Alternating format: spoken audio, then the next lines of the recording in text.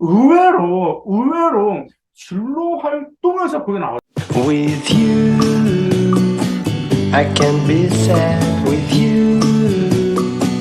Just take my hand and fly up. 안녕하세요. 맘땡입니다. 이제 오늘은 2024학년도 숭실대학교 어떤 이슈 전형과 그다음에 숭실대를 어떻게 소리 평가하는지, 그다음 어떤 역량을 가장 중요시하는지 그 점에 대해서 말씀드리겠습니다.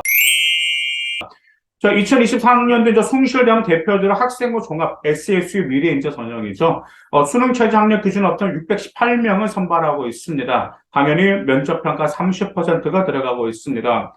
근데 숭실대 SSU 미래인재는 서류 종합평가 세 가지를 평가하고 있어요. 학업 역량과 활동 역량과 잠재 역량을 평가하고 있는데 이 세 가지 역량 중에 활동 역량이 정말 높은 비율을 차지하고 있습니다. 자, 그러면 활동량의 어떤 점을 평가하는 조금 더 바로 말씀을 드리겠습니다. 그리고 면접평가에서는 자, 전공 적합성과 인성과 잠재력을 평가하고 있습니다. 자, 그러면 이제 숭실대는 먼저 여러분들이 SEC 미래 인재상을 먼저 아실 필요가, 인재상을 보면 아실 거예요. 인재상이 전공에 대한 관심과 열정이 뚜렷하면서도 자기주도적이고 창의적이고 성실한 인재가 바로 SSU 미래 인재상입니다. 자, 그래서 이제 저희가 이제 숭실대를 이제 보낼 때 특히 정말 그 지방 일반고에서 우주상해를 갔다 나올 때 보면 그 아이들의 상해의 공통점이 고1, 2, 3 때 뭐 왔다 갔다 했던 아이들보다는 그래도 고1 때부터 전공에 대해서 파이팅하는 그런 좀 힘이 느껴지는 아이들이 솔직히 뭐 말도 안 되게 그렇게 합격하는 그런 케이스가 많았습니다. 자, 그럼 숭실대 SSU에서는 학종에서는 자, 학업 역량, 그 다음에 거기 활동 역량, 잠재 역량 어떻게 평가할까요? 먼저 학업 역량 20%를 차지하고 있어요. 좀 많은 비중은 아니죠. 자, 20%를 차지하는 평가 내용으로서는 주요 과목 학업 그 성취도 평가, 두 번째는 전 교과 성적을 통한 학교생활 성실성을 평가하고 있습니다. 그 다음에 전공 관련 교과 에이스를 통한 노력을 평가를 하고 있는데, 이제 숭실대, 이제 다른 학교도 마찬가지입니다. 지금 솔직히 그 학생들 합격하는 사례들을 보면, 일단 우리가 학종으로 여러분들이 노릴 때 학종을 당연히 전체 내신을 당연히 이제 계산한 게 맞긴 맞아요. 왜냐하면 여기 숭실대처럼 전 과목 성적을 때는 학업의 충실성과 성실성을 평가하기 때문에 그런데 그 점만 보시면 안 됩니다, 여러분들. 전 교과 내신과 여러분들의 전공과 관련된 주요 과목 교과 내신 하면 두 개를 따로따로 하면 평균치를 하면 내시고 그 다음에 뭐 표준 편차를 한번 그런 것도 계산해 보실 필요가 있어요. 그 이유가 무엇이냐면 정말 안타까운 아이들이 전체 내신은 정말 좋은데 전공 관련 내신이 그 밑으로 떨어지는 아이들이 있어요. 이것은 학종에서 불리합니다. 전체 내신보다 당연히 주요 전공과 관련 내신 등급이 더 높거나 절대 밑으로 떨어지면 안 돼요. 더 높았을 때 학종으로 유리하고 소신의 우수 성향을 합격할 수가 있습니다. 그런데 이런 점들은 안타까웠고, 지금 작년이라든지 올해도 마찬가지예요. 숭실 합격했던 학생들의 그 학생들이 뭐가 있냐면, 한 여학생도 그러거든요.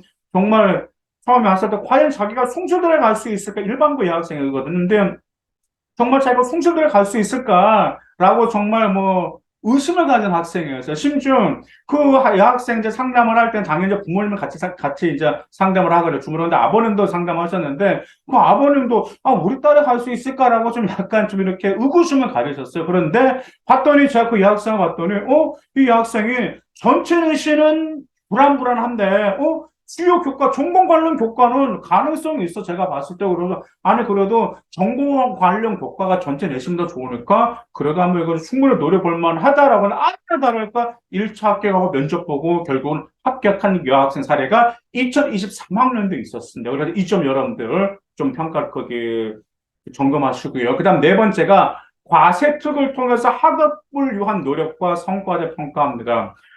당연히 학종 같은 경우는 숭실대를 포함해서요. 이제 과세특에서 학업을 위한 노력이라고 하면 이제 수행평가가 포함되는 거고 토론 활동도 포함되고 하는데 당연히 성과에 대한 평가가 나와야 되는데 성과에 대한 평가 같은 경우는 당연히 누가 내주죠? 이제 학교 선생님이 이제 그게 작성해 주시겠죠. 근데 성과에 대한 평가가 단지는 어떤 학업 역량이 좋다라는 점도 있지만 그 학업 역량의 좋음을 통해서 어떤 진로의 어떤 발전 가능성이 기대되는 학생, 이렇처럼 학업 역량이 좋은데 이 역량이 어디로 뻗쳐나갔다? 결국은 진로의 발전 기대성으로 이런 생기부들도 많이 있었습니다.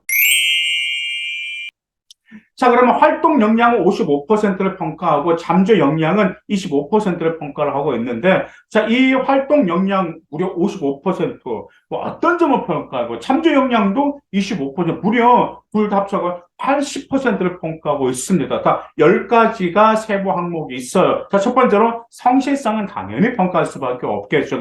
두 번째, 전공 적합성과 우수성을 이제 정성 평가합니다. 이제 전공 적합성 및 우수성을 이제 어디서 좀 많이 평가를 하게 되냐면, 일단 전공 관련 과세특위에서 이제 활동을 많이 그 평가를 하게 됩니다. 그런데 지금 숭실대를 학종으로 합격했던 아이들, 솔직히 숭실대 합격했던 우주 상향이 좀 꽤 있어요. 숭실대가. 그 소신도, 당연히 소신이겠죠. 근데 그 아이들의 전공 관련 과목이 교과 이수에서 발전하는 게 꾸준히 나오고요. 한 남학생 같은 경우는 한 가지만 봤어요. 고1 때부터 한 가지 파면서 거기에 그 성장한 과정을 나오면서 그런 우수성을 3학년 때 드러냈던 남학생 같은 경우로 정말 뛸 듯이 기뻐하면서 하더라고. 와, 거기, 저기, 뭐, 합격했다고. 저기, 충남 무슨 군에 있는 학생이거든요. 그래서 이런 학생도 있었습니다. 그 다음, 세 번째로 전공 계열과 관련된 활동. 당연히 전공 계열된 관련된 활동을 평가하겠죠. 그러면서 네 번째 뭘 평가할까요? 전공 계열 관련 활동의 노력 또는 성과를 평가합니다. 자, 이런 점들 어디서 많이 평가하냐면, 동아리 활동과 진로 활동에서 많이 평가합니다. 제가 안타까운 게 하나 있어요. 물론 당연히 여러분들 동아리 활동이 중요하다는 걸 아는데, 의외로 진로 활동에서 그게 나오지가 않아요.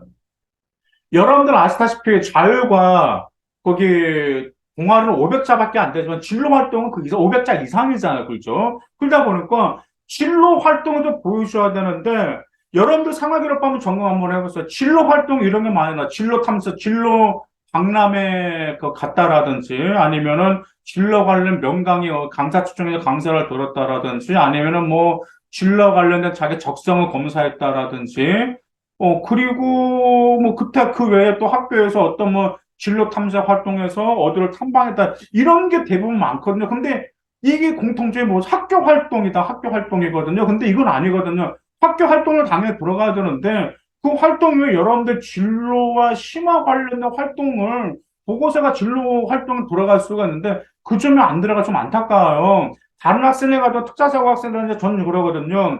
보통 2학년 때 그 진로 구체화가 들어가야 되는데 그 아이들이 나중에 그러면 진로 구체를 어떻게 보여줍니까? 이 아이를 어떻게 구체화 시켜야 됩니까? 라고 그렇게 물어보시면 되거든요. 당연히 전공과 관련된 과세특에서도 구체화가 들어가야 되지만 진로 활동에서도 구체화가 들어가야 된다는 점, 꼭 기억해 두시기 바라겠습니다. 자, 그 다음에 이제 다섯 번째로 목표 달성을 지속적으로 노력하는, 지속적인 노력, 지속적으로 노력했다라는 점이다 보니까 이런 점들이 이제 보통 이제 동아리 활동의 한결같아요. 애들이 계속해서 쭉 지속적으로 노력했던 거, 거의 변함이 없더라고요. 근데 학교마다 틀려 어떤 학교는 똑같은 동아리 2년 이상 못한 학교도 있거든요. 그런 학생들은 1년 동안, 1학년 때까지 자기 진로와 관련된 동아리 활동은 3학년 때는 그 동아리를 못해도 이제 그거죠. 자기 진로의 학업 역량을 어필해 줄 수 있는 그런 동아리 활동을 보여주는 학생들도 있고요. 그 다음 여섯 번째가 실행 과정에서 문제점을 파악합니다. 자, 문제가 발생을 했어요. 그러고 나서 이를 해결하기 위해서 전략을 수립하고 실천하는 과정인데 이것도 당연히 어디에서 보여주냐면 동아리 활동에서 보여줍니다. 이제 생활기록부가 이렇게 나오죠. 자, 팀원들끼리 무슨 실험을 했는데 자, 거기서 실험에서 뭘 하게 되면 그 실험을 실수를 하게 되는 거죠. 자, 실험에서 결국 이제 실패하다 보니까 실패의 원인은 무엇인지, 이걸 어떻게 해결하기 위해서 본인은 무슨 노력을 했는지, 그 다음에 어떤 과정을 수립해서 팀원들과 같이 으쌰으쌰해서 원하는 실험 결과를 도출하는 거, 이런 점들이 상하기록부에 나왔습니다. 자, 그 다음에 이제 여덟 번째, 학업 교육의 구체성과 실험 기획 가능성이에요. 학업 계획의 구체성과 실현 가능성은 솔직히 자기소개서가 표시된 이유로 좀 많이 중요한 편이에요. 왜냐하면 아시다시피 자기소개서 1번 같은 경우는 여러분들 진로 역량을 보여주면서도 보통 보여줬죠. 대학교 입학 후 어떻게 학업 계획과 진로 계획을 자기소개서 보여줬단 말이에요. 그렇죠? 그러다 보니까 이제 생활 기록부에서 보여줄 필요가 있어요. 그런데 이 학업 계획의 구체성이라고 그랬단 말이에요. 구체성에 나올 때 실현 가능성을 보이는데 이 구체성이 안 보이는 아이들이 굉장히 많아요.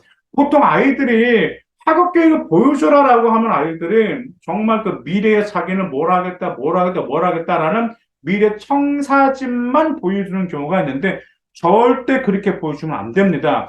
학업 계획은 과거의 활동을 근거를 통해서 그게 구체성, 근거를 통해서 구체적으로 실현 가능성을 보여줄 필요가 있다라는 점, 그 점 보여주실 필요가 있습니다. 그리고 이제 잠재 역량은 이제 두 가지 인성이라든지 발전 가능성, 이 점을 해서 10가지를 평가하고 있습니다.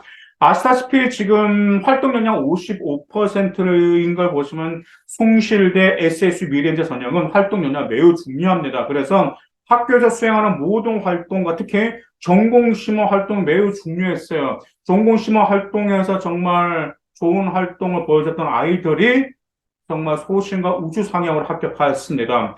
이제 합격자 성적에서 그래서 이제 평균 합격자 성적인 평균하고 90%가는 차이가 많이 나요. 그러다 보니까 여러분들 좀 이 점 보셔야 돼요. 왜냐하면 진짜 숭실을 딱 봤는데 평균과 90% 합격과 차이가 많이 난다. 이것은 그만큼 그 학과는 활동 역량을 좀 많이 좀 반영하고 있구나라고 그게 좀 여러분들이 좀 어림짐작하시면 될 것 같습니다. 자, 그다음 숭실대 학생부 교과 학생부 우수자 전형이죠. 자, 수능 최저 학력 기준이 있습니다. 자, 인문과 경상 계열 2합 4등급 이내고요. 자연 계열은 자, 2합 5등급 이내. 당연히 수학은 미적 분과 기하겠죠. 그다음에 융합 특성화 자유 전공 학부가 있습니다. 이때 2합 5등급 이내인데 수학도 미적 분과 기하 둘 중에 하나를 선택하실 필요가 있습니다. 자, 그 다음에 이제 학생부 교과에서 이제 숭실대 같은 경우는 학생부 교과 성적 가중치가 있어요. 인문계열 같은 경우는 저 국어 교과와 영어 교과가 가중치, 무려 국어와 교과, 영어 합쳐서 70%고요. 경상계열 같은 경우는 수학과 영어 교과가 가중치 둘이 합쳐서 70%고요. 자연계열은 자, 무엇이 있냐면, 자, 수학 교과가 35%, 그다음 영어 교과 25%, 과학 교과 25%, 이 세 개에 대한 가중치가 있습니다. 자, 그 다음에 융합 특성화 자유 전공 학부는 이제 수학 교과가 굉장히 많이 큽니다. 수학 교과, 영어 교과, 사회 교과, 과학 교과가 있는데 수학 교과 35, 영어 교과 25, 사회와 과학 교과가 25%를 평가를 하고 있습니다. 당연히 진로 선택 과목은 20%를 평가하고 있는데 이제 진로 선택은 A는 1등급, B는 2등급, C는 3등급으로 환산하고 있습니다. 이제 숭실대 같은 경우는 학교장 추천 도입으로 해서 경쟁률이 크게 좀 상승했어요. 보니까 2023년도 보니까. 그리고 또한 등록자 평균도 좀 상승하면서 성원율도 약간 좀 낮아졌어요. 이제 올해 2023년도 보니까 동년 그래요. 이제 한 여학생도 이제 학생부 교과를 지원했는데 분명히 2022년도, 2021년도로 보면은 충분히 본인이 들어가서 충원율이 되는데 약간 불안무 결국은 이제 이제 그 추가 합격을 하긴 했거든요. 그래서 그런 점은 있는데 충원율이 좀 약간 낮아졌다라는 점, 이런 점들도 고려를 하실 필요가 있습니다. 자, 숭실대 여러분들 고등학교 2학년 내신까지 나오면 대략 대학 라인에 나오죠. 나는 숭실대 충분히 노려볼 만하다라고 하시면은 SSU 미리 이제는 활동 역량 바로 점검하셔가지고 전공 관련간 교과 이 모든 활동 바로바로 점검하시고 미리 계획하시길 바라겠습니다. 감사합니다.